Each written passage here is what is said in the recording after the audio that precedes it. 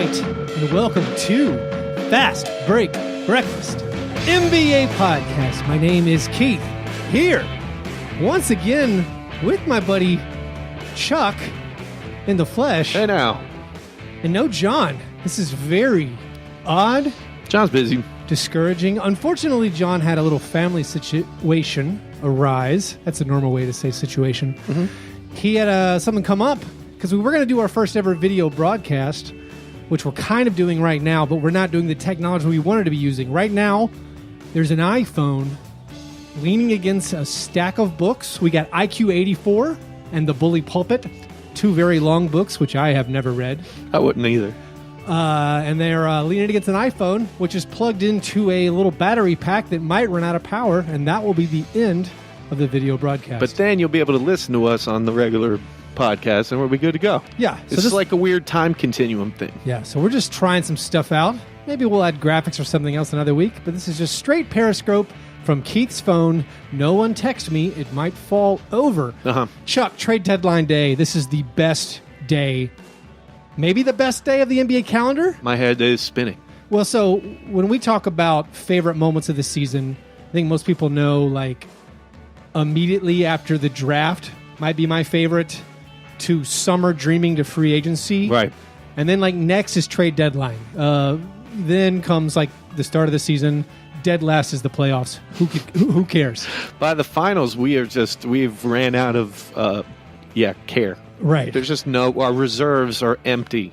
But this is the day, Chuck. This is where hope lives in the NBA, where you get to go, oh man, what about this? And this team might turn into this, and then that team with this player could be this. And it's really why we love sports, because only a few of us get to enjoy championships. So the rest of it is just hope. Right. And today is a day of hope. Yeah. How very hopeful are you as a Miami Heat fan? I didn't see the Heat we traded, pop up in Sham's mouth. We traded Meth Curry. Oh, yeah, Meth Curry. He's in, so we got rid of that contract, which was good. I'm not even sure who we got. I'm just glad the contract. Let's get to that maybe after our breakfast. Got it. Did you have a breakfast, Chuck? I did. I went to Sweet 16 Bakery, which is a fantastic bakery in East Nashville, Tennessee, and I had a one to go. It was an egg sandwich. It's egg scone with jalapeno cheddar in the scone, so it's a savory scone with a little spice, heat, a little tiny bit of heat with an egg casserole that's perfectly cooked and sliced thin, and it's just the perfect breakfast. And for those of you watching on Periscope, I brought from Sweet 16 a babka muffin. Whoa, a babka. Babka, if you don't know what babka is, you're not Jewish or whatever. Babka is I think it's a German sweet, but it's usually Jewish bakeries. I feel like Jewish bakery. Is it German or Russian? I don't know. It's that way. It's that area of the world. It's not for me to know. I was raised Southern Baptist in the South. Right. And you can be ignorant about white people's cultures. You know, right. Oh, yeah. Nobody cares if I don't know what babka's from. But if I didn't know where lo mein noodles were from, I would be racist.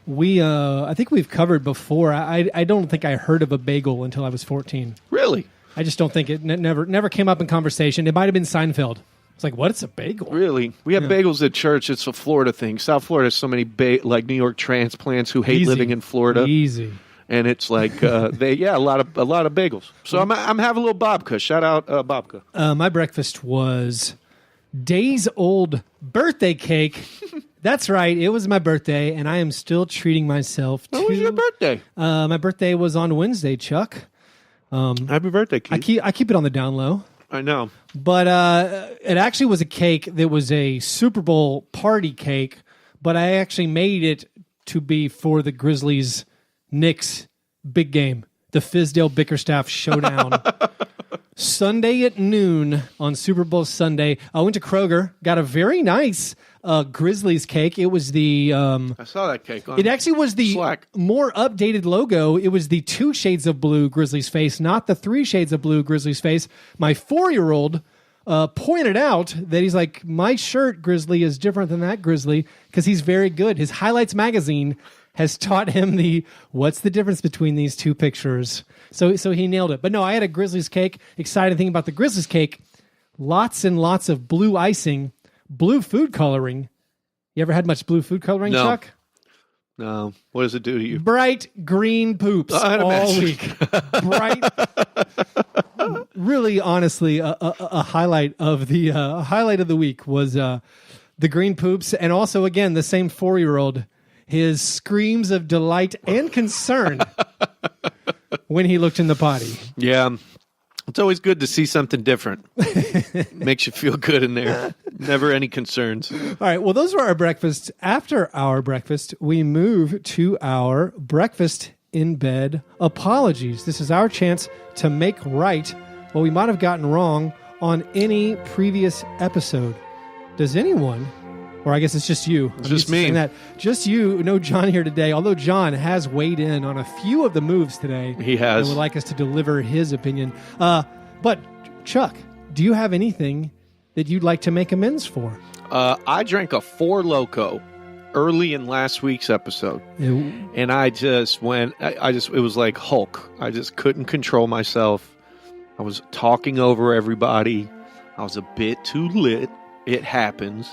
But what ended up happening was pretty cool because I was on fire on a wine mixer hobo beer and we found out about Luca and Unicorn playing together, and it turned out to be a great show. My only regret, I thought you went a little too hard defending Dave Fizdale. If you could have seen the video, if we videoed last week, you would have seen John and I both waving our hands at Chuck. Telling me to stop. Wildly gesticulating, just stop talking. Mm-hmm. Just stop talking. But it was really good. I think our listeners really enjoyed the more vibrant Chuck, the very alive Chuck. That's a word. You could say drunk as well. I was kind of giving you a hard time because I could physically see a change in you after like 6 minutes.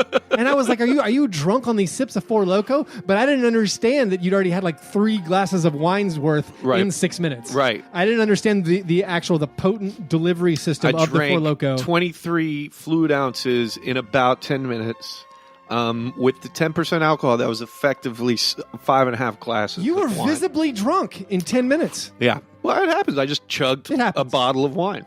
It happens. And a Red Bull or 2 Red Bulls at the same time. So my apology, on last week's show, we were talking about D'Angelo Russell and how he'd accomplished a feat that no one else had accomplished before. And I misspoke. I left out one of the key ingredients. I was saying that he had, I think it was 33 points and 7 assists in a game. I said that hadn't happened, which obviously it's happened many, many times. The key ingredient was he did that without a turnover. He's the first person ever to do that multiple times in one season, to have 33 points, 7 assists, and no turnovers multiple times in a season. So that was the misinformation that I delivered last week. So that's my apology. All right, so we're going to skip the cross-on questionnaire this week. I guess we can jump straight into our steak and eggs best thing, which is pretty much we're just going to try to get through some of these trades. As we're doing this live, I don't feel like I have a good grasp on everything that just washed over me. A lot of stuff happened. So, Chuck, you want to go first on maybe what's the best thing you saw? Is it Meth Curry, or is there something else you want to get to? Personally, as a Heat fan, yeah, it was great to see a little money get off the books to give us some hope for, cap relief. We're still going to be luxury tax team, but whatever. It's not the end of this. I think, actually, much like the Houston Rockets, who have desperately dodged the luxury tax, and no one thought they could. No. They did it. They did it, and they probably had one of my favorite pickups, which is Shump. When you put him on Shumpert, they got Shump, which is basically Diet Trevor Ariza, who can play well in spurts without asked to do too much. And he was kind of the motor on that Kings squad. I've watched a lot of Kings games, and Shump he has just kind of juice about him, and he's in his prime, so I don't know why he wouldn't help that team. Shumpert was a guy I thought totally stunk. Like, I just thought he was very, very bad. Right. And I feel like he's shown me some things on the Kings where I'm like, oh, he's bringing energy, he's bringing heart, he's hitting some shots, he's driving by people. I feel like the other team always puts their worst defender on him. Right. And he's like Tony Allen style. Yeah. He's burning them. It's rope and dope. He's making them pay. But I love that. That's probably my best, just because I think it's, we saw last year that it wasn't super easy for the Warriors, who are a current, rolling ball of butcher blades, beating everybody. They almost lost to the Rockets in the finals. So them having something similar to that team in construction with another big wing who can hit an open three, it's not a bad look to try to get back some sort of Ariza's, contribution. We've been joking about the Rockets and their poor man's Ariza. While they bring back Shumpert, their continual just trimming of the salary, like we were saying, to get under that the luxury tax threshold. Them giving up on James Ennis, who everyone thought was the poor man's Ariza. Now Philadelphia will want James Ennis to be their poor man's Bob Covington. It'll be yet another fan base and team disappointed that James Ennis is not a 3-and-D good player. Yeah, he's bad. Once upon a time I was for sure the first NBA fan to be heartbroken about James Ennis. He was my guy after LeBron left, and he stunk it. I mean, he always shows flashes, and he's got a great motor, but I don't ever think he's going to be that guy. The small forward with size and shooting is like the most desired and scarce position, and everyone's like, oh, James Ennis kind of has that. Right. We can get a cheap version. I mean, the best thing I can say about James Ennis is he was definitively better than Chandler Parsons when Chandler Parsons was a Grizzly. That's about it. I mean, that's a very low bar. So speaking of luxury tax, with the Rockets, who are pretty much have cut their team down to the bone to save their owner money, they paid a massive amount to retain Chris Paul, and now they're kind of cheaping out. Right. On the other side of that, you have Pat Riley, who's dodged the luxury tax with a gigantic assist by Heat for life for James Jones. How is this remotely okay? It's a really bad trade. This is James Jones, the Suns GM, who already just waived Tyson Chandler to help out his LeBron James, the guy who took him to six straight finals James Jones. So he's already did this favor to his buddy LeBron James. He's a Heat for life guy. And so now he does this favor to the Miami Heat to get them out of the luxury tax. He takes on Tyler Johnson, a.k.a. Meth Curry. Wayne Ellington. What is Wayne Ellington doing on the Suns? So they're just going to cut Wayne Ellington, who then is going to go to LeBron's team. Exactly. This is fishier than anything Tim Donaghy ever did. There's real conspiracy going on here. I am much less concerned about referees betting on who makes the first foul call against a best friend of a current player being a GM of a team that he didn't come up with and then just doing sweetheart deals to his old buddies. I know that's messed up. I know that's how Danny Ainge got Kevin Garnett was the homeboy McHale hooking him up. It's just not right. No, but it works out in I don't know what we need with Ryan Anderson on our roster, but he's just less salary. But he's gone next year. And now you've got like a little more ball to go around for Winslow and Richardson and even Magruder, who's on a cheap, much cheaper. He's not as accomplished and isn't as good as Tyler Johnson right now, but he's a literal fraction of the cost. I don't know what Tyler Johnson does for the Suns team. He can kind of play point guard, but not really. Baby Booker. I don't hate a Tyler Johnson, Devin Booker backcourt together. It's fine, but maybe the Suns aren't going to do anything else with their money next year. But I want to see D'Anthony Melton play. I mean, they drafted that guy Okobo. To see what he's going to do. So it's a weird thing for the Suns. I am more upset by any tampering, any collusion claims. Yeah, this is collusion. This is the weirdest thing I can imagine, and I feel like something needs to be done. You know what? It almost feels like patronage to LeBron. He's like Riley's trying to get back in his good graces through James Jones. He's like, "Here, man, just take this shooter that you need because you're going to trade all your." Well, no, actually, not going to trade all their young guys. Well, so that's the Lakers doing nothing other than was it Zubac? Zubac is a Clipper. I think he's a Clipper. Yeah, they just didn't even Mike Beasley's a Clipper now. Zubac is a Clipper. Those guys don't even have to move apartments. I'm almost certain the Clippers have way too many players because they picked up a lot of extra players today. Yeah. I know they cut Gortat. Shout out Sham Sharania for tweeting. Sources say Gortat has been cut by the Clippers a solid 2 minutes after Gortat tweeted that he was out. So it's a scoop though. He did scoop him. So I guess. I'm trying to think of what's next big to talk about. I think my thing I like the most as far as a general NBA thing, I'll go with two things. One, we were talking about it a little bit. The Lakers were scared they're going to trade their young guys. End up no trade happening. Right. And then 2, Marco Fultz is freed. Right. So I want to start with the Lakers first. We got to talk about the Bucks and Mirotic. Well, I mean, we can hit it all. Mirotic. Yeah. Mirotic, Ilyasova, Lopez. Do they have a type? All those swarthy men. Swarthy. Very swarthy. So the Lakers, who in a very upsetting, disturbing display, Dell Dims of the Pelicans was pretty much like, hey, pull down your pants. Stand here and undress in front of me. Hey, pull down your pants and we'll talk. Yep. And then he's like, no, I'm good. Search. Then he's like, I'm good. Just go home. It was that level of dirty. Brian Windhorst is saying that's legitimately what they did. They legitimately tricked them into hey, show me your top dollar card, and they'd be like, no, I have now poisoned your entire team.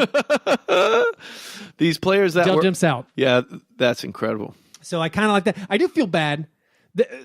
We've hit a weird point in the NBA where I feel bad for the Rockets, who I hate because of their cheap owner, and I feel bad for the Lakers, who I've spent most of my life hating. Yeah, I feel kind of sad for them. The loss to the Pacers, just a unbelievable blowout. Everyone sitting 3 seats away from LeBron James. I will say, the Brandon Ingram chants, the LeBron's gonna trade you. Where was that? That's in the Pacers game. The Pacers. That's pretty fans. Good Pacers fans. That's right up there with Kyrie's leaving in the Brooklyn game. That's pretty good. So Lakers, it's so weird. I guess the big question is, before I get to Marco Fultz, what do you think the Pelicans are going to do with Anthony Davis? He's staying on the team. They're going to play him. He can't look. You think? He can't look like a sourpuss. And if he's not injured, he has to play. He is making a butt ton of money. So, and I don't think that helps him in free agency to be the guy, that chooses to sit out the second half of the season or the last third of the season. The Pelicans are in a tough spot. Yeah, because they have this guy. Boogie Cousins, who they traded away, towards Achilles. Right. You have John Wall tearing his Achilles at home, which, by the way, Chuck, what happened? What actually happened? Cockfighting ring. There was just some chickens running around in the backyard that he didn't see, and he just happened to be. He was in Mexico. It's legal there. It wasn't at home. That's the only lie. That's what you don't see. He was away in Mexico. He's already injured, and then there was a stray razor blade on the heel of a rooster. It got him. He wasn't wearing his walking boot, and he slipped and fell at home. Ugh. Or that Achilles tore a long time ago, and they were lying about it, trying to get him traded or something. What a mess. No, the Pelicans thing, I think the commissioner's office would step in if there was some idea that they were going to sit him, because this is an all-NBA level guy, right, who has 18 months left on his contract. Yeah, and they're just like, no, we got to sit him out. It's a mess. Yeah, I mean, it's a complete mess. This is one fallback. I don't want to get on my high horse. This is one fallback to this championship or bust, or if it's not good enough just to be middling, right, to be middle class. All right, we got to dump it out. And maybe this is more of just a player freedom of all the players taking agency. And there's nothing wrong with that. No, I feel good. I feel good that these players are on their own merit, have made it to the NBA, and then are kind of screwing over the billionaire owners. Right. That part makes me pleased. Mm-hmm. But as far as a sporting event or a sports league, to think this team is now stuck and they don't really want to win more games. It's better if they lose, maybe for lottery reasons. But he's perfectly healthy. He's one of the best players in the world. He's just going to sit out. It's a mess. I don't know the answer. I don't know the solution. Yeah, it bothers me. So he's got to play out the rest of the season, and then the Pelicans have to trade him before the season starts. And if that's the case, then they're going to get pennies on the dollar what they could have got before the trade deadline. And that's just I don't think that's the case. No, I think they could hold out to next year's trade deadline. The reason they held out, the reason they degraded the Lakers was go get your shine box. Yeah, was to wait for Danny Ainge to enter the fray. Danny Ainge, who said they wanted a three-way. He said, "Save yourself for me." He said that. Did he? Well, because Danny Ainge can trade. He said, hold out. Can he save trade yourself for me. AD and keep Kyrie in the offseason? Yeah, so once Kyrie signs a new contract, then they can be on the same That team. cap stuff. You get weird of that weird Rose rule. Right. So that's all they have to do. Yeah, I know LeBron will be very upset if he doesn't get to play with a superstar next year at the very earliest. And he knows that that's what it's going to take to get anywhere close to the Warriors. And this might all just be positioning, getting ready for next year when KD's a free agent and the Warriors aren't this kind of lock to destroy everybody. Let's come back to LeBron. Let's do it. The other thing I teased was I'm excited about is Marco Fultz being freed. Yeah. The Orlando Magic, it's a move that made sense. A lot of people were talking like the Magic should give up something. The Magic give up Jonathan Simmons, who can be a rotation piece for the pretty thin Philadelphia 76ers. And then they get a pick. They send what I want to say is, was it an Ibaka related? How do they get that first round pick from the Thunder? But anyway, they're sending a first round pick from the Thunder to the Sixers for Marco Fultz. So Marco Fultz hopefully can just start playing immediately. I don't think he's actually You think he's not hurt. I think he's ready to contribute. Yeah. I hope so. And maybe there'll be less pressure there. I don't know how that roster fits together when you have John Isaac and not a lot of shooting. Terrence Ross stayed put so far as I know. Just thinking about the Magic's roster and what we thought might happen. I think you've got a couple things with Fultz. I think, he walked into a place where you go your whole life being the best player on the team, and then you go onto a team with all of that pressure and anointed, this is the future of the NBA. These three players are going to change the face of the league. And then he has a little bit of a hiccup and all that confidence that he used when he was in school, and he gets a couple shot blocked. He has to adjust to not being the best player on the planet when he was that for his entire life, and now he's in that new league. If he can wash all that off of him, go and start new. And I don't know if Clifford's got a history. Does he have a history of developing guys like this? Is this part of his? I mean, does Kemba Walker count? Because Kemba Walker definitely blossomed. Yeah. A guy who shot incredibly poorly. That's Kemba Walker in his rookie year, and I think even his second year, who became like an all-star starter. Yeah, kind of. So I mean, we can't give Clifford point guard whisperer yet. But, although we learned last week DJ Augustine is like topping the NBA in offensive rating. Right, which is insane because he's 5'5". But we could see an environment, because I believe that environment leads to development. And Jimmy Butler doesn't become Jimmy Butler if he's not the number one guy when Deng goes out, Kirkheimer goes out, and D Rose goes out in those Bulls teams. He got the tick, he got the confidence. And confidence means so much with these players. And also you have the Sixers turned, the third pick, then the future. Those two first-round picks they traded for Marco Fultz have been turned into a pick in the 20s and Jonathan Simmons. Hey. Not beautiful. It's not that bad. Another thing I really like, another thing that could also be my steak and eggs, is friend of the show, Wade Baldwin. What's up, Wade?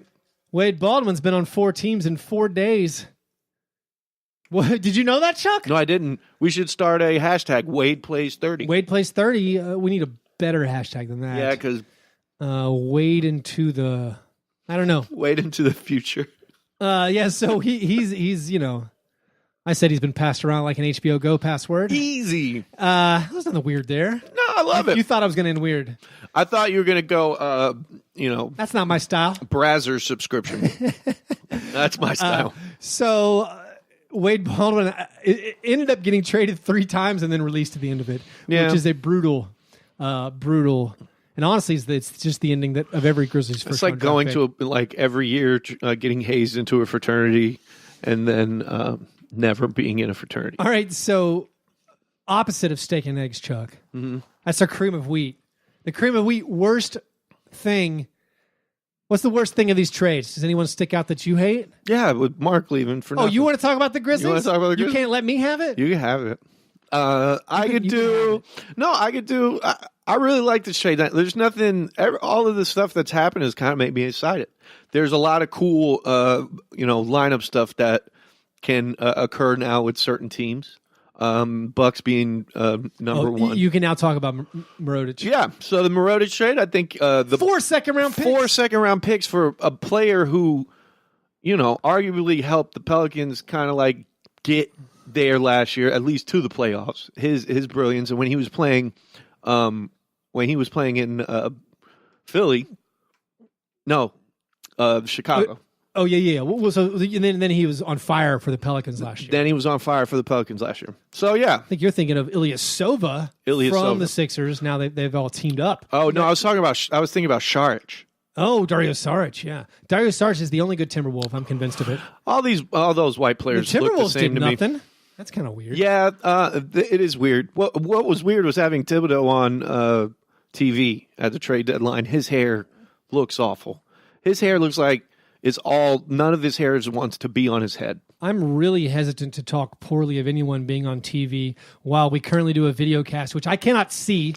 So I have no idea what it looks like. It's okay. We look great. I should probably be looking at the camera. I'm not used to that. I've done a lot of. I know my presence. I'm really jittery.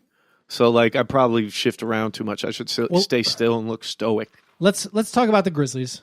That is our wheelhouse. Mm-hmm. It's my expertise. I think Marc Gasol, one of my favorite players of all time. He has fallen down right behind Tony Allen. Right. So the Grizzlies, I gave them lots of objectives for the day. The objective was to get absolutely anything for JaMychal Green, Garrett Temple, Justin Holiday, or maybe Omri Caspi. Check. Of your those 4 things, get absolutely anything you can, and then get the best deal you can for Mark or Mike. If Mark has told you you're leaving, get whatever you can. Right. But don't necessarily make a trade. So let's go in reverse order. Not trading Mike Conley, I'm totally comfortable with. Yeah. The deal that was floated, which I'd said, I think 2 weeks ago that I would accept. Rubio favors a first and a second. I think I would have taken that deal. That deal was reported. If that actually happened, I think the Grizzlies should have taken that deal. Am I super upset they did not take that deal? No, I'm not. It's fine to not go that route. Any of the other things floated all seemed weird and unlikely. They were never getting 2 first-round picks. The Marc Gasol deal. Personally, it was a weird week because Shams once again missed a Grizzlies transaction. Right. He announced that the things with the Hornets were heating up. That did not come to fruition. I'm honestly happy. I couldn't come up with a deal that made sense for the Hornets. Like the ones I floated that I would accept, I didn't think the Hornets should do. The Hornets should not offer Malik Monk. The Hornets should not offer Miles Bridges. The Grizzlies probably should not do that deal if you're getting back both Michael Kidd-Gilchrist and Cody Zeller, or Biyombo and Cody Zeller, or Biyombo and MKG. That's too much bad salary. So I think it makes sense for the Hornets, who I don't think would have been a ton better even with Marc Gasol. So it makes sense that didn't happen. And I thought it was kind of boring. Just as a superficially, aesthetically. Right. I didn't want to see Marc Gasol running pick and rolls with Tony Parker. It's just strange. And I wasn't going to enjoy it. The trade to the Raptors, you're not getting much back. You're getting Jonas Valanciunas, who is strangely younger than Javon Carter. It's not true, but I like saying it. He is, however, I think the same age as Tony Roden, which is still pretty young. So Jonas Valanciunas is still weirdly young. Younger than DeLon Wright. DeLon Wright is an okay piece to look at, but these aren't really future assets in any stretch of the imagination. No, these are filler players. And they got a second-round pick for it. CJ Miles actually one of the Grizzlies to sign last summer, so I can't complain about getting him now. Yeah. He's still under that same contract. I'll be interested to see Valanciunas if he can, with a increase in his workload and more shots, if he can be more effective. Can he kind of fill that role that Mark was? It's not going to be much drop off because Mark hasn't really. He's averaging 17 a game on a lot of touches, and it's possible that he comes in and is as efficient and puts up Mark like numbers this year. So one of the reasons I was okay with trading Gasol is when I remove my feelings, you don't want to pay a lot of money to your center. generally in the NBA. That's true. It's kind of like running backs in football.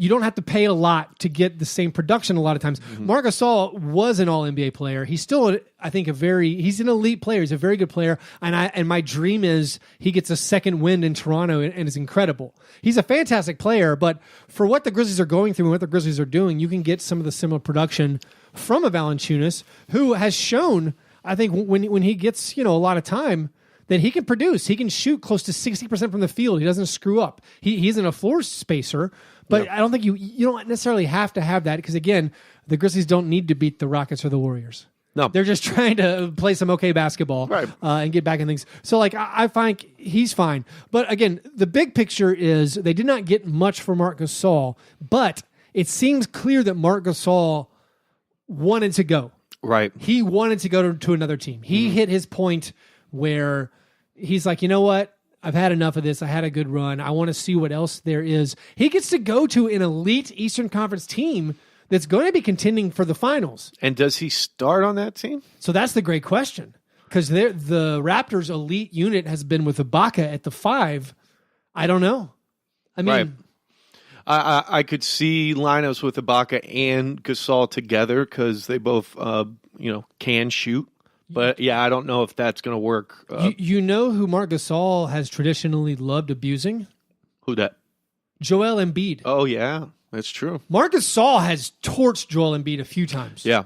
And so, they don't play often. Mm-hmm. So Joel Embiid does not get worked up for him probably because he has no history. Right. Now he might. So, when you look at the rosters, Gasol is a good threat against the Celtics. Gasol is a guy who can guard Embiid on the Sixers. Gasol, I think he will be useful playing the Bucks going up against Brook Lopez. So I think it's a good move for the Raptors. It doesn't. For the Raptors, I think it's an amazing move. It doesn't cost them anything. Right. It doesn't cost them. CJ Miles has been bad. Yeah. DeLon Wright, they have that depth. They got Fred VanVleet. They don't need him.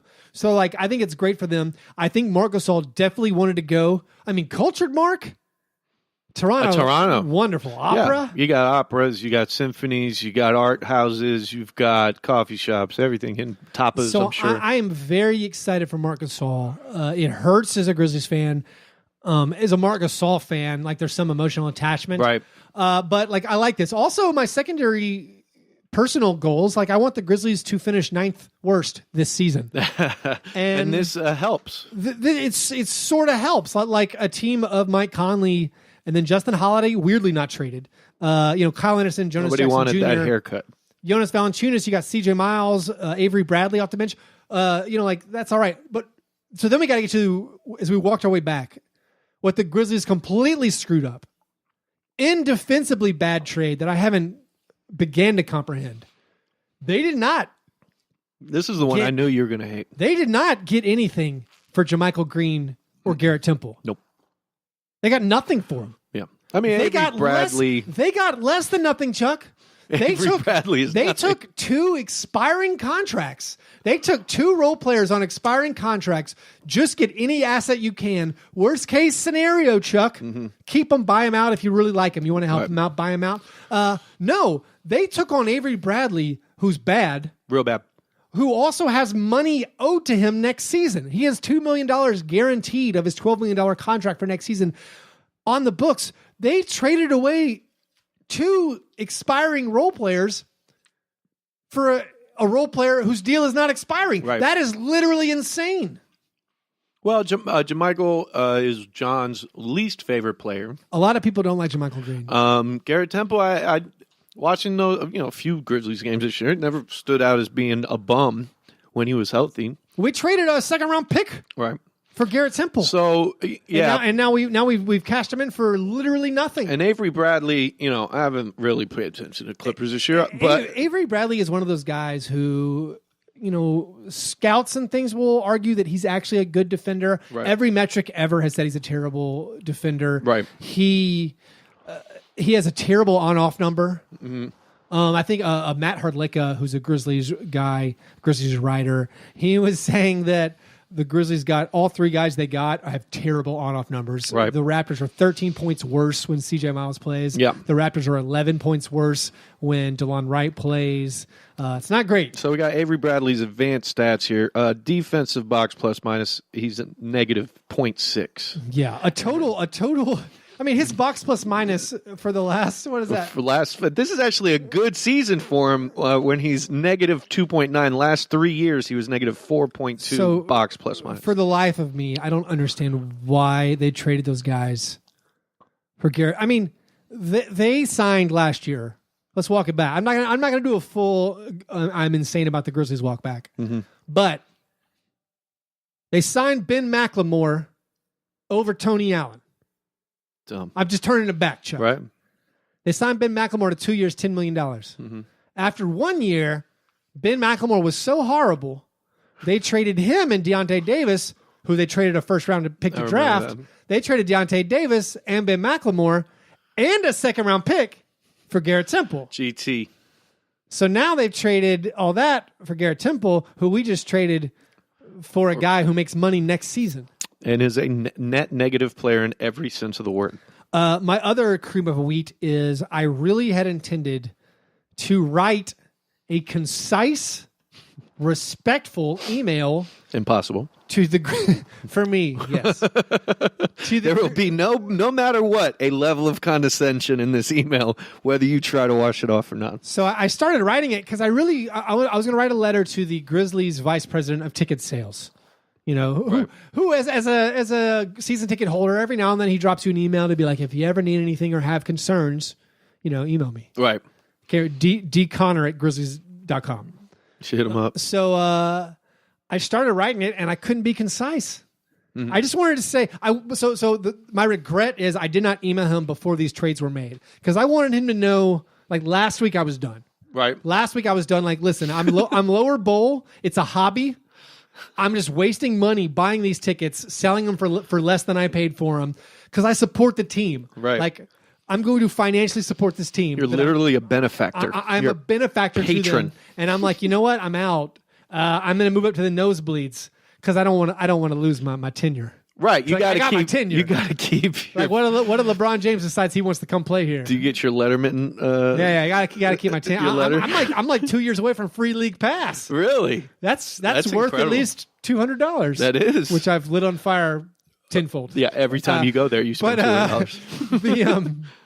But I want to tell him, like, listen, there's no accountability with this franchise. It's crazy. They keep doing stupid things over and over and over. Right. And I'm not saying a front office has to get everything right, but you need to have a process. You need to have a philosophy. You need to at least know where you're going. And after some guys have had a swing at it, a bite at the apple, let's try somebody else. Right. It's been 4 years since the Grizzlies were good. What's great is we've got the modern NBA where it's so easy to quantify the value of a player.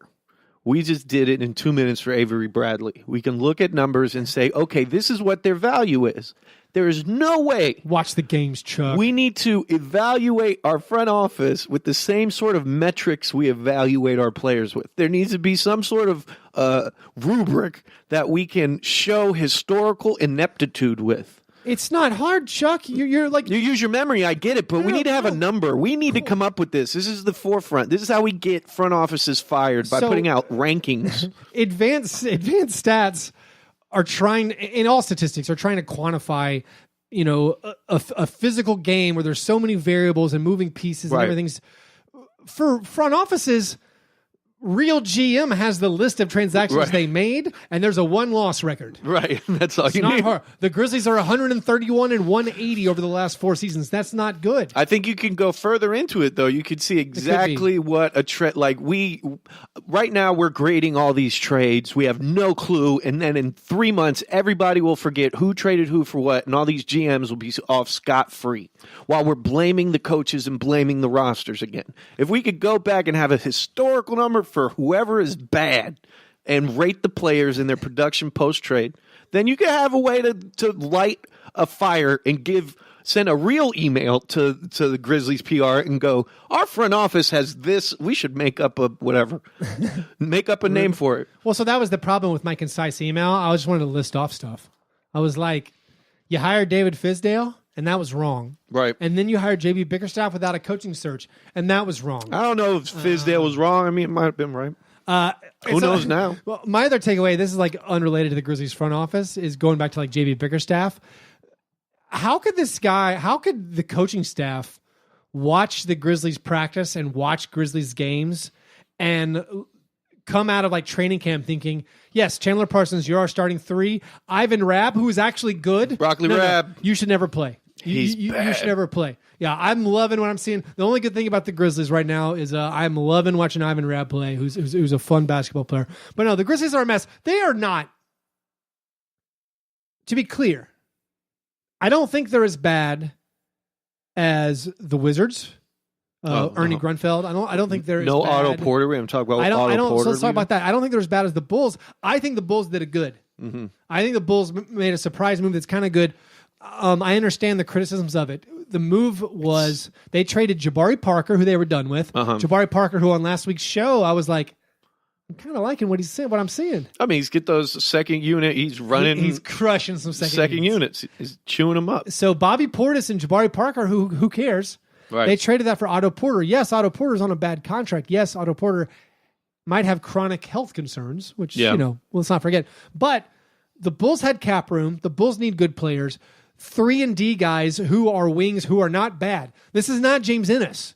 Right. Otto Porter is a 3-and-D. He's like a small legit forward, guy. Legit with size who's not going to hurt you. He's lottery pick. He's a good player. To bring this guy in, all right, the Bulls have something cooking. Right. You have Lowry Markkanen. You have Wendell Carter Jr. Levine has been good enough to be just your scorer guy. Chris Dunn, he's a backup. Yeah. But I think he could be a very good backup. And so they just need a point guard. They could have used a Mike Conley. Yeah. They don't want to be super good this year, but like for next year in an offseason, that would be a good move for the Bulls. So for the Bulls, who we've made fun of all the time for their always trading away stuff, they fleeced the Grizzlies with Justin Holiday, who, again, I haven't gotten... Oh, I can't even see my text. My phone is recording this. Right. I don't know if there's been any buyouts or anything as far as Justin Holiday, but...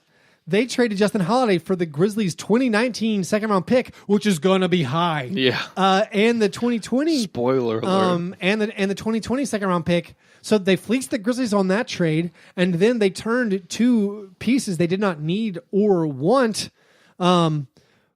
for Otto Porter, for a good player. Yeah. I think that's a good deal for the Bulls. Even if you're like, it's an overpay, I think this is one of those times that it's okay to overpay because... Markkanen's on a cheap deal. Carter's on a cheap deal. Chris Dunn isn't making too much. I think it's an okay move. I was impressed for Garpax, who I think is one of the worst front offices in the league. Yeah. That's like a solid win. And then the Wizards. Yeah, I would have broke clocks right twice a day.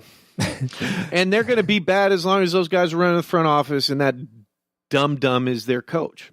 And this is about the most valuable currency in the NBA is a strong ownership in front office. Absolutely. And that is obviously not the case in Chicago and obviously not the case in Memphis. So the Wizards, who are now building around Jeff Green? Hell yeah. Let's do it. And Trevor Ariza, I gotta say, and Ariza wants to stay now because apparently he didn't want to get bought out or something. I love fantasy basketball because of Jeff Green putting up incredible lines. Yeah, the Wizards, who are just abandoning defense to a level we've never seen. This is like the Nuggets teams in the 80s that I just read about, and like the Mavericks teams. They're just adding Jabari Parker to that. It's like pouring gasoline on the fire. They gave up 150 points to the Bucks, and then acquired Jabari Parker for their best defensive player. It's amazing. Hilarious. Like they are crazy fun to watch. If you're a gambler, go bet those overs. Slam those overs all the time. So I don't understand what they're doing. They obviously have this huge albatross, John Wall, who's max extension kicks in next season, and he's not going to play basketball probably all next season. I don't know what you do with this team. They ducked the luxury tax. They've traded away their next 5 second-round picks. This is for various roster moves. I'm pretty sure they've traded away their 19, 20, 21, 22, 23 picks. Can you even do that? So is that even legal? It is legal. There's a Stepien rule that you can't, for the Wizards' old owner, or the Cavs' old owner, that you can't trade away first-round picks in consecutive seasons. There needs to be a Grunfeld rule. Yeah. You can't trade away 5 straight second-round picks. And then with this horrible injury, again, They signed John Wall to the max extension well before they needed to. They gave him the super max that no one ever gave him to. They gave it to him way early. Now he's hurt. Now they're stuck with this horrible contract. I am almost certain, and if there's any casino out there that will take this bet, I would love to bet that the next CBA contains a John Wall rule. Much like the Allen Houston rule of old, where they had amnesty. Like, does amnesty come back? Like, amnesty's coming back. You got to do it. You got to do an amnesty. It punishes the teams that don't make bad moves. It does. But these GMs, they got to be safe for themselves. It hurts the franchise, and that's a team. That provision was useful, and it helped teams shed some weight. And it helped bad franchises. Yeah, it helped Miami get under luxury tax once with Mike Miller, or did they? I forget who they amnestied when they could. But yeah, they got under a luxury tax one year. I don't. Blew up the roster. So the Wizards, the ownership is bad there. It's a mess. We talked about Otto Porter. Well, let's talk about Harrison Barnes. So that's one of the better trades for me. I put that in a group text that trading away Harrison Barnes was more important than trading for Kristaps Porzingis. Because that's just mean. And I'm not, me, I'm not going to go out there and tell you exactly how good Harrison Barnes is. All I know is I've watched a lot of Mavericks games, and he continuously ruins Luka's brilliance. And it may be confirmation bias. I just think he's a bum. But every time I look at him, he is fumbling some sort of play that Luka would have made perfectly well, or a pass that Luka gave to him wide open in the corner he couldn't hit. And you trust Tim Hardaway Jr. to do better? Hey, Trey Burke. Tim Hardaway's dad played with Dirk, and now he's got some respect for old Dirky boy. He might end up being, as a guy who isn't required to shoulder a load out of nowhere randomly for New York. If he can get a role, understand his place in that team with those superstars, I think Hardaway could be a good enough player with the right usage.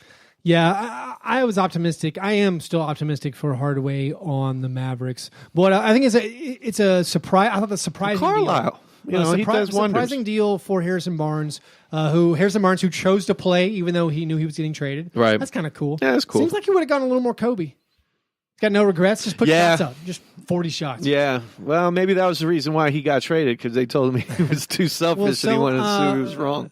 So, like, the Mavericks are cleaning out. They've now probably opened up enough space for a max salary for next season. So, if Porzingis is healthy, you got Porzingis, you got Doncic, KD, Kyrie, AD. KD's got that Texas connection. He does. He would probably, he would do well in Dallas. You know who I'd like to see? My boy Middleton. Chris Middleton with Luka. Yeah. And Porzingis. I know you hate him, but Boogie there would be fun. Boogie's never coming in. Boogie's going to the Knicks. Yeah, he will. Boogie's going to the Knicks. He's going to the Knicks. Whether they can get Kyrie or Kevin Durant and not Kemba Walker and Tobias Harris will be the big issue. Yeah, I think Kemba, because Kemba's from New York. Oh, yeah. And so I could see Kemba going back. I could see Boogie going there, and that's the literal worst case scenario for the Knicks, because those guys are just good enough to get you in the first round of playoffs. According to you, probably not the first round of playoffs because Boogie's is poison. But, get them to the first round of playoffs and just be mediocre and get a bunch of coaches fired, and the Knicks will continue to be garbage. So we should talk about some of these trades I think hit our show pretty hard. I'm not even talking about the Grizzlies trades. Some of our biggest Patreon supporters had some very emotional moments. Man. First of all, Ryan Love Kebab's darling, one of our Patreon producers, lost his boy Svi Mikhailuk. Right. I still never learned how to say her name. I'm sorry if I got it wrong. Mikhailuk. And, who he had on his fantasy team to this day. Still there. He's probably not going to trade him. So brokenhearted, he was in love with Svi, lost Svi to the Pistons. In that trade, another one of our biggest Patreon supporters, Monte World Peace. Shout out Monte, the god. Lost his favorite Piston, Reggie Bullock. So we had a Reggie for Svi trade. This trade stinks for the Pistons. It's really bad. They got a future second. They get 3 more of those. They can get a Mirotic. So they got the Lakers 21 second round pick, and Svi who's a young shooter who's exactly the same as Luke Kennard. I don't know why you need him. Reggie Bullock was the Pistons' only consistent wing. Glue guy. Only good shooter on the team, I guess, besides Blake Griffin. So they're in a playoff race. They were only one game out of the playoffs when this deal went down behind your Miami Heat. Shout out. They just stink. So Pistons fans were expecting to get a little more, maybe 2 second-round picks. Rodney Hood got 2 second-round picks from the Trailblazers, and Reggie Bullock is a much more, I think, effective player. Yeah. Just because it's a specific role. Yeah. He's a shooter. He's a knockdown shooter. He can come off screens, come off handoffs. Like he can move and shoot. So Pistons fans distraught that all they got was that. And then the Pistons trade away Stanley Johnson, who, let's be clear, not good. Yeah, it was that one time Stanley Johnson had a good game. It's true. But so they trade him for Thon Maker, and then Thon Maker got traded again. Yeah, Thon Maker, kick taker. But anyway, the Pistons, who are in a playoff race, traded away 2 of their most valuable wings. They don't have any wings. Dan Devine tweeted where the Pistons are going. They don't need wings. Yeah, we got it. All you need is Drummond. All we need is Drummond. Drummond's all we need. So that's the mess. So to wrap up, I think we should talk about one of the biggest blockbusters that went down on Wednesday. But some of these deals were on Wednesday. Yeah. The day before. Otto Porter went yesterday. Was wild. The big Philadelphia 76ers, the process is over. We've cashed in all our chips for Toby and Bobby, for Tobias Harris and Boban Marjanovic. It warms the cockles of my heart that those two gentlemen can just hang out again, and they don't have to worry about the smog of L.A. and those silly Instagram models. They can be in Philly, an American city with American heart that those two wonderful Americans, well, I don't know what Boban's from. Is he from Earth? No, not Earth. Wherever a Martian and Tobias can come together and be, besties. It gives me hope for the future. So the Sixers literally have gone kind of all in. They cashed in that Miami 2021 first rounder. It's just going to be a 20 pick, probably. I don't think Tobias Harris helps him that much. Like, he kind of helps him. I mean, he's better than Wilson Chandler. He's way better than Robert Covington. But what Robert Covington does, I think you could argue Robert Covington is a better fit. I could be wrong. Role wise, like he's not. Tobias Harris's strength is scoring. Mm-hmm. He's shooting really well the last couple of seasons. He's a good shooter, which they definitely needed. But he's another scorer. So you have like all these guys who are just scorers. I think it's going to be super fun to watch. As an NBA fan, I'm excited to watch this big four and to see how it's going to play out. But I'm not sure it makes them a ton better. I mean, I guess adding Ennis and Simmons to the rotation, like, you're a little deeper than you were. But right. Like I like it. I think Harris is the kind of player. He's like a Shane Battier-esque kind of like. He brings the right kind of energy to the team. He seems like a great guy as far as energy. Yeah, and he doesn't make dumb mistakes, and he's somebody that I think at this point in his NBA career can perform in a role that is probably he's overqualified for, if you know what I'm saying. Like, he's going to be filling the Robert Covington role, and he's going to be overqualified for it, but I think as a fourth, he's an Iguodala-esque player, like a fourth option, he can rule. I feel like you've mentioned a couple of guys who I consider to be glue guys, as in they get steals, they get defense, right. they create a little bit. I don't think of Tobias Harris that way, as far as that type of glue guy. I think of him more as like, this is a guy who'll get you 19 points. Right. And it can be an efficient 19 points. And so I don't know how that, I'm not sure that helps them that much. I mean, obviously, he's more dependable than Wilson Chandler because of Chandler's injuries, and he's just a much more gifted offensive player than Chandler. Mm-hmm. But you have the Bucks, who added Mirotic. You have the Raptors, who added my boy Marc Gasol. Yeah, and you have the Celtics, who are legit awesome. Like, they're really coming around. Yeah, they're rounding. Will there be any weird fallout with the Celtics with the rest of the whole season? Everyone talking about what players are getting traded for Anthony Davis in the offseason. But so I don't know if the Sixers cashed in all these assets. They traded Robert Covington, Dario Saric for Jimmy Butler. Now they've traded 2 first-round picks for Tobias Harris, does that move them up from the 4th seed? Because I don't think it does. I think they're still the 4th. I think it gives them. I still think they're the 4th team. Yeah, in the East. I think they're still a leap years behind Toronto and Milwaukee. Boston is losing them. Boston at one point they were interchangeable with me, but Boston is they're really figuring it out, and Stevens has got that group playing well. So yeah. Can they get better than 4th? I don't know. But weird things happen in the playoffs. So, last year we saw Milwaukee give Boston hell. We thought Milwaukee was trash going into the playoffs and almost beat Boston, who ended up going 7 games in the Eastern Conference Finals. We don't know what the matchups play out in a 7-game series. And this Harris being on the Sixers gives them cool positional flexibility and matchup stuff to where if they need somebody like Harris to go for 20 when they've got Simmons having an off night or Jimmy Butler getting shut down by Kawhi, they can figure out a win in that series. So if they had not traded for Jimmy Butler and they had not traded for Tobias Harris, what seed would the Sixers have been?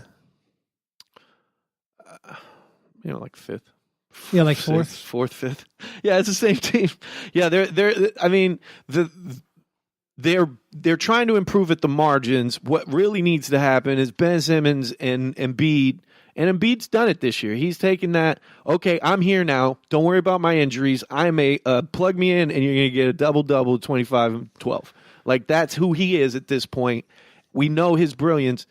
Those kids need to get better. They need a couple more mango seasons to mature before that team can really explode and pieces can be placed around them to make them a juggernaut. They should have traded Jimmy Butler for Mike Conley. They had this. They need a shooting. They do. Secondary table setter. Yeah, to go alongside Ben Simmons. Yeah, I mean it wouldn't have been bad. They definitely need some shooting on the perimeter from. I definitely joked they needed to trade.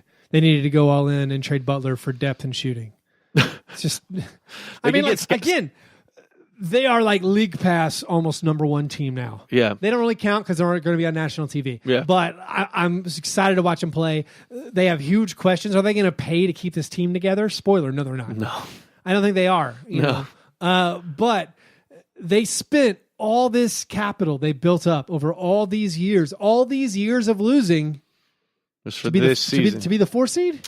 Well, I think I know Embiid and Simmons have ways to grow, but it looks like these trades are cashing in for this year, which I think is just a little weird. Mm-hmm. I don't think it's taking into account that Simmons and Embiid are young, and the Warriors are, what do you say? They're a rolling ball of butcher blades. They're a rolling ball of butcher blades. You're not getting that. The Warriors are when they're strolling out their full squad and beating teams by 40. Yeah, Inglorious Bastards. Shooting 95% in a quarter. Right. What? That's wrong. They're cheat coding it.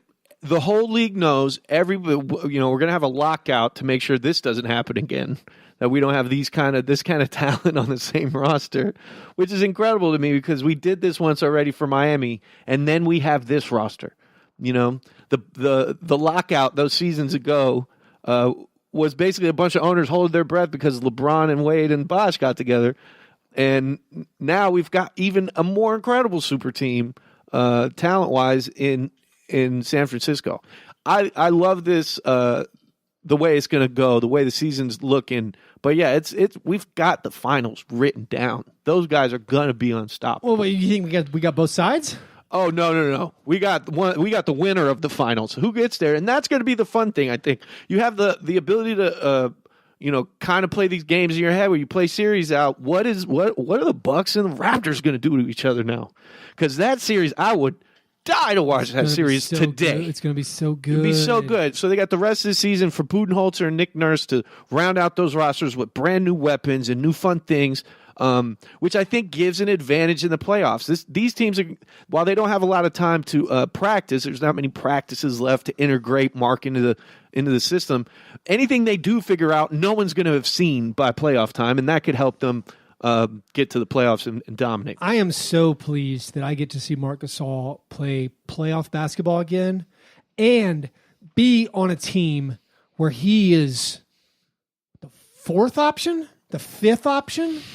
That's awesome. It's the way That's you like want a dream. This is Yeah. like died and gone to heaven. Right. This is back when, all right, Zebo gets it first, then Mike gets it. Right. And then Mark will pick up the pieces like third. This is even better. This is Kawhi Leonard's team. This is an MVP level player's team. Right. This is Kyle Lowry's team. This is Pascal Siakam scoring 15 points a game. Ibaka is a more willing shooter. This is Marc Gasol just doing the stuff he does, the good stuff he does. He is that glue. Yeah. He is that quarterback. Like getting that defense is awesome, and they're adding in just a Marc Gasol to play 24 minutes a night. I love it, and that's where I'm happy. It isn't the Hornets. If he went to the Hornets, he would. no, it's sad. He would have been the second option. Yeah. On a 7 seed. Right. And that makes me want to vomit. Right. I don't want to say if I have to see that needs to be on my team. Yeah, because Mark is 34, and I know Powell's going to play until he's 50 or something, but I think we've seen Mark's best days, and he can't be a number 2 option on any team that matters in the NBA anymore. I love him. He had a great career. It was one of the more the prototypical future of the big man started, kind of with Sabonis, Arvydas Sabonis, and then became Gasol. And he was like this prototype guy that all these other bigs, Jokic and Nurkic and all these bigs have kind of took as their, role model. So, but him being a third or fourth option on a team, this is perfect for him and perfect for his legacy. So we don't have to watch him go out, punch drunk, trying to shoot when he can't shoot. We got to move on. I was going to keep talking about it. We can do it forever. I am honestly, when it became clear that Marc Gasol wanted to go somewhere else, I got to keep reiterating that. When he decided he wanted to go somewhere else, right. Then it makes sense. Just get whatever you can. I am so happy to see him become a Raptor. I think I'm a Raptors fan now. We have to be. There's no heartache with it, I'm a Raptor and a Mavs fan now. It's a wrap. Not bad. All right, we got. Let's move to the awards segment of the program. The International Stackhouse of Pancake Award, given each week to the worst performance in a box score. Got a couple honorable mentions. Your boy Luka Doncic. He was 5 for 20, but had 19, 11 assists and 10 boards. So he had a triple-double there. And then we also have Terrence Ross, who was not moved, 3 for 14. We have, 4 nominees, Chuck. I've never seen you do it from this side, So Keith. normally I print them out. Honestly, for those of you watching right now, I forgot. Oh, it was a big day. Keith was in here. He had a flood in the basement. The baby dungeon got flooded. Baby dungeon caught a stray. Last night was epic biblical amounts of flooding in Nashville. I'm worried my car was going to be washed away because I parked it right next to the river. Yeah, we've worked out that our basement can handle 5 inches of rain in 2 hours. Anymore, but not an inch more. That's not an inch now. So yeah, you can't see it, but there's a bunch of fans and dehumidifiers and vacuums, shop vacs, and Keith's been working. So plus the production team. I mean, shout out and the production. Shout out Chair. Also been informed that book, the cover of the book is fully half of the screen during this. Oh, it's been. Oh, it is raised. Yeah, it raised up. We used something. We used the paper. We used a paperback. We should have used a hard copy. That's a Murakami. You guys are seeing the back of a cover there. Anyway, where were we? Say? Oh, the 3 nominees.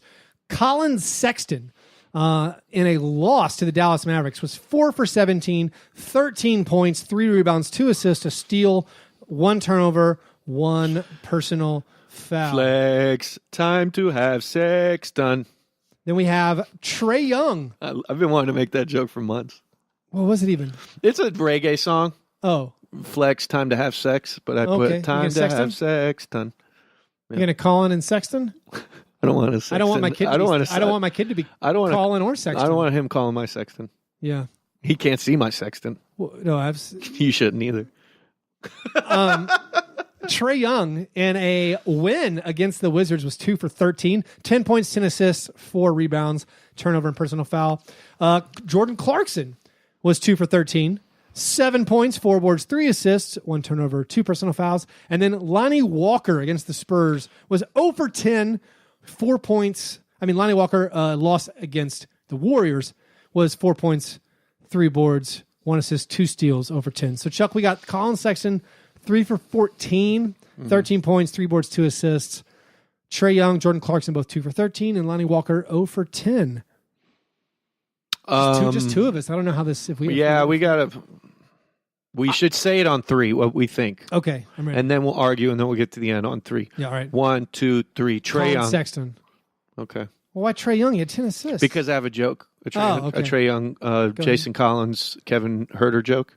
Okay. Yeah, they're called Run THC. I like that. It's my favorite one. I saw it on Reddit. I didn't make that up, but it's my new thing, and I now am crediting it, so I don't have to worry about. I'm gonna go ahead. I'm gonna overrule you and give it to Colin Sexton. I second that. Yeah, Colin Sexton. Time to have Sexton. Congratulations on winning this week's International Stackhouse of Pancakes Award. Parfadeaway, Chuck. There's a lot of new players on new teams. Seeing the landscape play out, see what coaches can figure out what to do with these new pieces. Some important, some not, and see where how it affects the playoff rates. It's an arms race, at least in the East. Everybody's trying to what this trade line showed. Everybody was trying to get the pieces to get to the finals. And I think that's going to be the fun thing to watch the top 3 teams in the East fight it out. I'm kind of sad the Pacers didn't make a move. I guess they understood that the hand they were dealt, and they had to give up. Right. It's like, all right, we are the 5th seed. There's nothing we can do. And they're gonna sell out every home game. They're gonna make a couple teams sweat, and they'll be a fun team to watch. And with Oladipo back next year, there'll be something to mess with. So yep, and I'm looking forward to the rookies playing so well again, and the playoff race.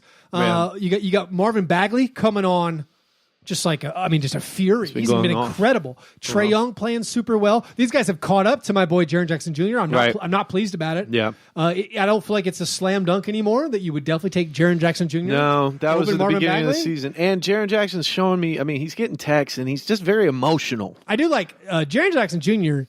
is terrible at rebounding. Terrible. Yeah, that's weird too for He's guys. Just bad at it. Like, contrast that with Marvin Bagley, who is amazing at rebound. Yeah. He gets every second rebound. He's like an athletic Zebo. It's incredible. Yeah. So I'm loving watching them. And then with those rookies, obviously Doncic and Bagley, they're kind of in the playoff race. Yeah. You have the Clippers, who. We didn't even mention their side of the story. We're sort of comfortably in the 8th seed as LeBron comes back and the Lakers are a couple of games back. But they traded away Tobias Harris. They did pick up some pieces from the Grizzlies. Yeah. Temple and Green. Like, they can stay in that playoff race.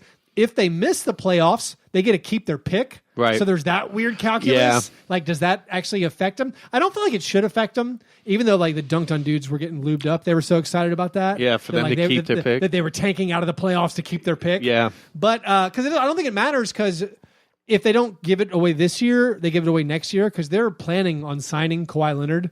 So they assume they're going to be good next year and give away the pick next year anyway. Uh-huh. But anyway, you have that playoff race. You have the Kings, who have bolstered their roster by adding Harrison Barnes to play the 3, who are trying. Is it bolstering? I think it could be. I think he's the type of guy that could walk into that locker room with his one championship ring that he coasted on, to all these young kids who've been becoming a team this season, that, hey, this is my show now. I make more money than all you punks. And he can kind of ruin it. Not that that's his personality or anything, but that even that sort of perception where he doesn't know his role right away. If he doesn't know that it's De'Aaron Fox's team and Buddy Hield's probably going to be better than I would let Buddy Hield shoot all day over Harrison Barnes right now. I get the feeling that Harrison Barnes has been unfairly painted. You think? Yeah, I don't think he's a ball hog. I think his role on the Mavericks was to shoot a lot of mid-range jumpers. It's not great, but I felt like he was a good teammate with the Warriors. He was excellent for the Warriors in their first finals. Like, no one remembers that he was incredible for them. And he got and playoff series too. He had I think the Western Conference Finals that year. Yeah, he was trash, he stepped up and he had the finals he played well. So I think he had a bad next finals, but he was hurt. I think it was. Yeah. I don't watch the finals. And I probably just have confirmation bias because he's just ruined so many Luka plays for me. I think he will be able to fit in. He'll know his place. I think he'll know it's De'Aaron Fox's and Buddy Can Hield's Jaeger team. make him? And Zebo's not there, and Shump's not there to keep. Oh, that's my par fadeaway, Chuck. I want Zebo to play basketball. Buy him out. Come on. Come get him, Warriors. You don't want Marcin Gortat. You don't want Enes Kanter. You want Zach Randolph. Yes. The Warriors. Kanter on the Warriors. Zach Randolph, Warriors. I would love it. That's what I want. I want to see Zebo get a ring. Hashtag Zebo ring. Zebo get a ring. All right, that's our show. Thanks for all of you who watched on the Periscope and the Twitter live feed. We will try it next time when John is here with the actual broadcasting software and a camera, and it isn't a phone leaned against a paperback novel. Yeah. If you want to support our show and get more access to some bonus content, you can do that at patreon.com/Fast Break Breakfast. We went the whole show without a plug. You are welcome. Wow. Follow us on Instagram, Facebook, and on Twitter at Fast Break Break. All right, you guys are the best. Thanks for listening. And remember, breakfast is the most important thing.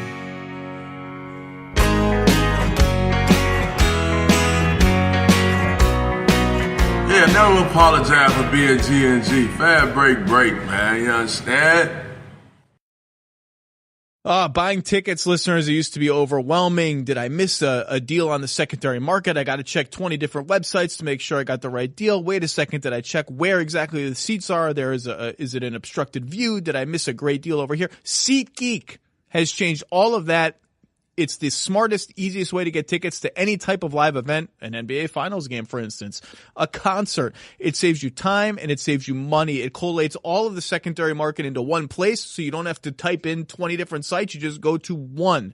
It has an easy, color-coded system to tell you if you're getting a good deal, an under-market deal, an expensive deal, where the seats are, what the seats typically cost. It's very easy to use. It's fully guaranteed.